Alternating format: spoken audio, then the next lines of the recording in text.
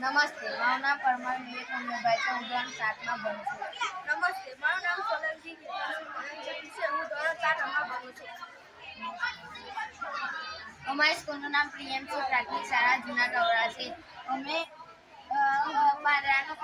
પાનનું ખાતર બનાવવાનું સૂકા પાંદડાનું ખાતર બનાવવાનું કહીશું. અમારા પ્રોજેક્ટનું નામ છે સૂકા પાંદડાનું ખાતર.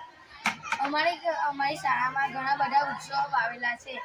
જ્યારે પાનખર ઋતુ આવે છે ત્યારે સૂકા પાંદડા ઝાડ પરથી નીચે પડે છે. તેને સૂકા પાંદડાને બાળવાથી પ્રદૂષણ થાય છે. તેથી અમે વિચાર્યું કે સૂકા પાંદડાનું ખાતર બનાવીએ.